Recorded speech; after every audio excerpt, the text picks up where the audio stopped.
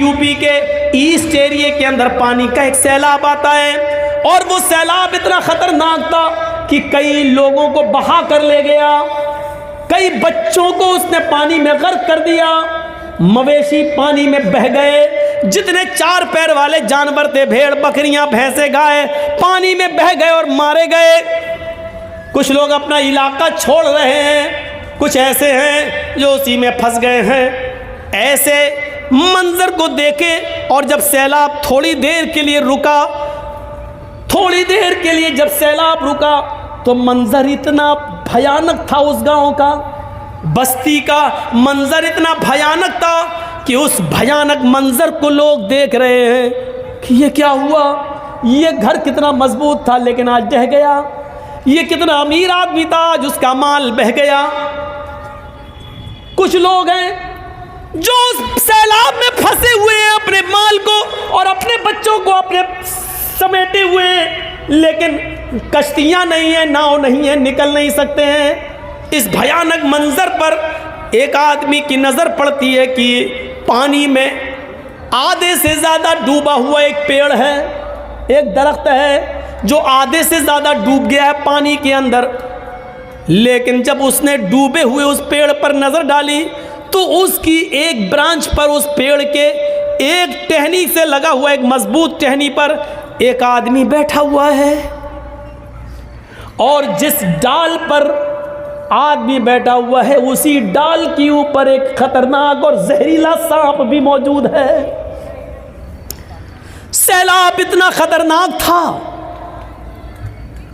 सांप इंसान का दुश्मन और इंसान सांप का दुश्मन। इंसान सांप को देखता है तो फौरन मारने की कोशिश करता है, और सांप जब अकेले में किसी इंसान पर हावी हो जाए तो उसको डंक मारने की कोशिश करता है, डसता है।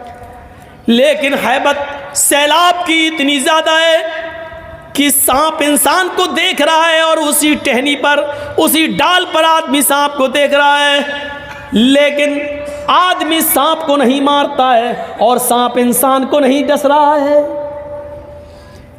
वो जानता है कि नीचे पानी है, अगर ये आदमी गिरा तो ये मरेगा, और सांप भी जानता है कि अगर हम गिरे तो हम मरेंगे।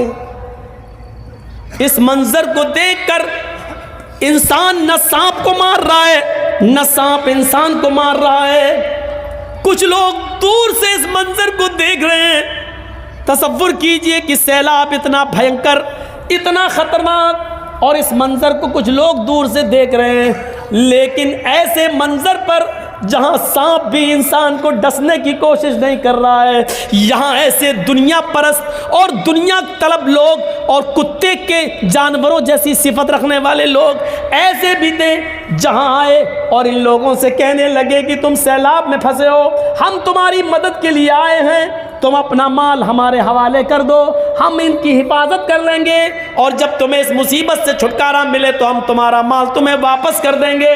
और इन भोले भाले मुसीबत में फंसे हुए लोगों ने अपना सामान, अपना सोना चांदी जो बचा सके थे, उन्होंने इन लोगों के हवाले कर दिया, और ये रफू चक्कर हो गए, लेकर भाग गए। गौर कीजिए, उन मजबूर लोगों की मजबूरी का भी फायदा इन लोगों ने उठाया। जहां एक सांप इंसान को डसने की हिम्मत नहीं कर रहा है, और जहां एक इंसान सांप को मारने की हिम्मत नहीं कर रहा है, वहां ये इंसान कितना गिर चुका है। वहां ये दुनिया तलब इंसान और दुनिया परस्त इंसान, नाजायज माल को कमाने वाला और दुनिया की मोहब्बत को रंगने वाला ये इंसान कितना नालायक और कितना बड़ा कमीना है, जो ऐसे मौके पर भी मजबूर लोगों की मजबूरी को ना समझ सका और उनका माल लेकर फरार हो रहा है। आप अंदाजा लगाइए, सोचिए कि इंसान कितना ज्यादा मफाद परस्त हो चुका है। यह सांप से ज्यादा जहरीला हो चुका है। सांप अपने जहर से इंसान को डसना छोड़ रहा है, लेकिन यह कमीना इंसान अपनी कमीनगी इंसान से नहीं छोड़ रहा है। यह सोचिए और तसव्वुर कीजिए कि इंसान कितना गिर चुका है कि एक मौके पर सांप भी इंसान को काटने की जरूरत नहीं कर रहा है, लेकिन इंसान इंसान को काट रहा है, इंसान इंसान को डस रहा है, और ऐसे मौके पर भी उसका पैसा छीनकर, उसकी दौलत लेकर ये भाग जाते हैं, ये कहकर कि अभी अभी तुम मुसीबत में हो, हमारे हवाले कर दो, जब तुम्हारे मुसीबतों के दिन ख़त्म होंगे हम तुम्हारे हवाले कर देंगे। और उसके बाद उनका पता नहीं चलता।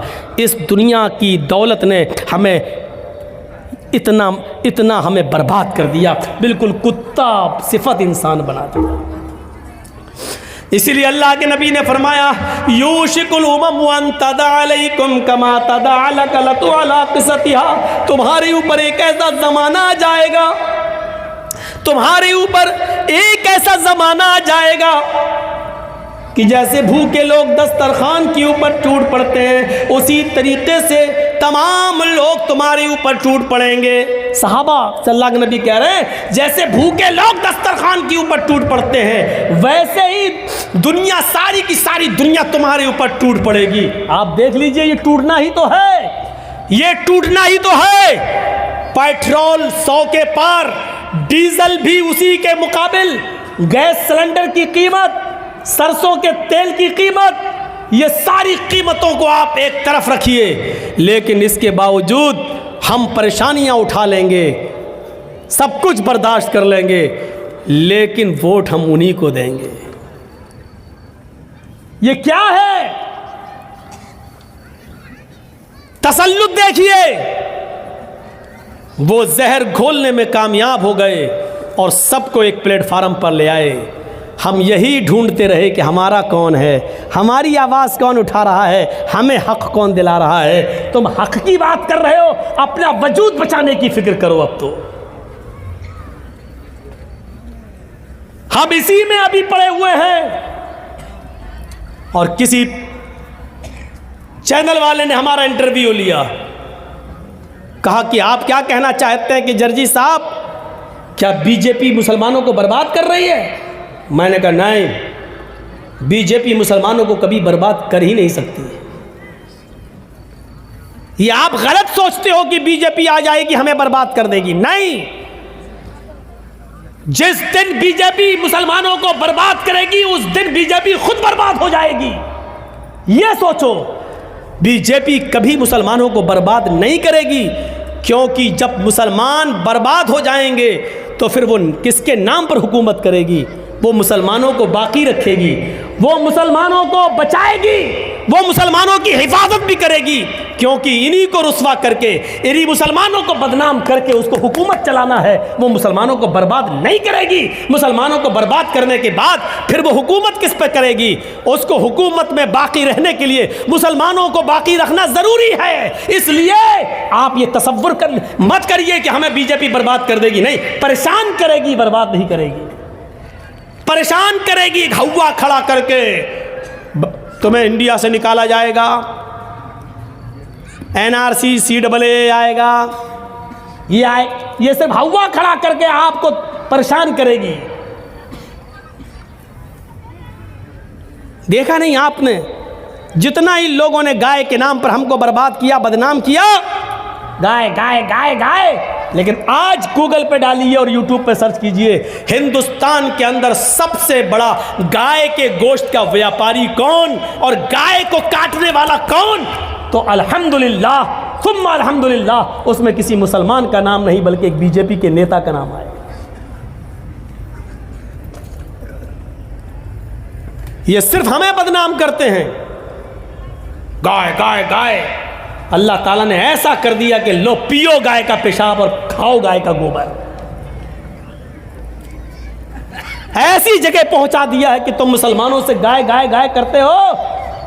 पढ़ो, अभी हमारे यहाँ एक इलाके में मोदी जी ने क्या कहा था, जो पशु दूध नहीं देते यानी बैल, वो उनकी के गोबर को भी इतना कीमती बना देंगे कि लोग उसको सड़क पे पड़ा होगा तो उठा के अपने घर ले जाएंगे, उससे भी पैसा आएगा। मशीन, पता नहीं रात में सपने में कौन बताता है हमारे देश के चौकीदार को, गोबर से भी पैसा आएगा। हम 5 साल इंतजार करेंगे कैसे आता, देखेंगे। तो ये हालत है हमारी, टूट पड़ेंगे सारे लोग तुम्हारे ऊपर। साहबा ने कहा क्या उस वक्त हम तादाद में कम होंगे? अल्लाह के नबी ने फरमाया नहीं, उस वक्त तुम तादाद में कम नहीं होगे, तुम्हारी तादाद बहुत ज़्यादा होगी। लेकिन बेकार, जैसे समंदर में कूड़ा करकट पड़ा होता है, लहर आती है, मौज आती है, कूड़ा करकट को भगा ले जाती है, ऐसी दुनिया की सारी कौमें तुम्हें जहाँ चाहेंगी वहाँ ले जाएंगी, जैसे चाहेंगी वैसे नचाएंगी। बंगाल वालों, हमारे और आपके घर की लड़कियाँ टीका लगाती हैं, टीका, और ये चीज़ हमने सिर्फ बिहार और बंगाल में देखी है। ये गैर मुस्लिमों की मुशाबिहत है। आप अपने घर में अपनी बहनों, बेटियों, बीवियों से कहो कि ये टीका लगाना बंद करें। बिंदी लगाती है ये। मन तशब्बह बिकौमिन फहुवा मिनहुम, जो जिस कौम की मुशाबहत करेगा क़यामत के दिन उसी के साथ उठाया जाएगा। क्या आप चाहते हैं कि हमारी और आपकी माँ, बहन, बेटियां कल क़यामत के दिन गैर मुस्लिमों के साथ उठाई जाएं? दुनिया, अल्लाह के नबी से पूछा, ये कहाँ फरमाया कि ऐसा क्यों? का हुब्बुद दुनिया व कराहियतुल मौत, अल्लाह रब्बुल आलमीन दुनिया की मोहब्बत तुम्हारे दिलों में डाल देगा। आज दुनिया की मोहब्बत हमारे दिलों में डाल दी गई। कहीं से भी मिले माल, बस माल आए, और जितना आए वो हम तक रहे, हम आपको नहीं देंगे। इस दुनिया की हिर्स ने और लालच ने हमें बिल्कुल कुत्ता बना दिया है। हमारे और आपके गांव में एक बैल मरा पड़ा है, एक बैल मर गया है। सुनिए एक मिसाल, एक बैल मर गया है और उस मरे हुए बैल के पास एक कुत्ता आया है और उस मरे हुए बैल का गोश्त नोच नोच के खा रहा है। उस मरे हुए बैल की बदबू दूसरे कुत्तों को लगी, दूसरे कुत्ते भी उस मरे हुए बैल का गोश्त खाने आ रहे हैं, लेकिन ये कुत्ता जिसने सबसे पहले इस बैल के गोश्त पर मुंह मारा, वो कुत्ता जब दूसरे कुत्ते को आता हुआ देखता है तो भौंकता है, अपना दांत दिखाता है, अपना पैर उठाता है और भौंक भौंक कर उस कुत्ते को वहां से भगा देता है। इस कुत्ते से पूछो कि तू कितना गोश्त खा लेगा? 2 किलो, 3 किलो, 4 किलो, ज्यादा से ज्यादा 5 किलो, लेकिन यहां तो 3 कुंटल है। मरा हुआ बैल, उसका वजन 3 कुंटल है। तू कितना खा लेगा? 2 किलो, 3 किलो, 4 किलो, ज्यादा से ज्यादा 5 किलो। लेकिन कुत्ते को यह गवारा है कि बकिया गोश्त बेकार होता है, हो जाए, लेकिन दूसरे कुत्ते को हम नहीं खाने देंगे। आज यही सिफत हमारे अंदर आ गई है।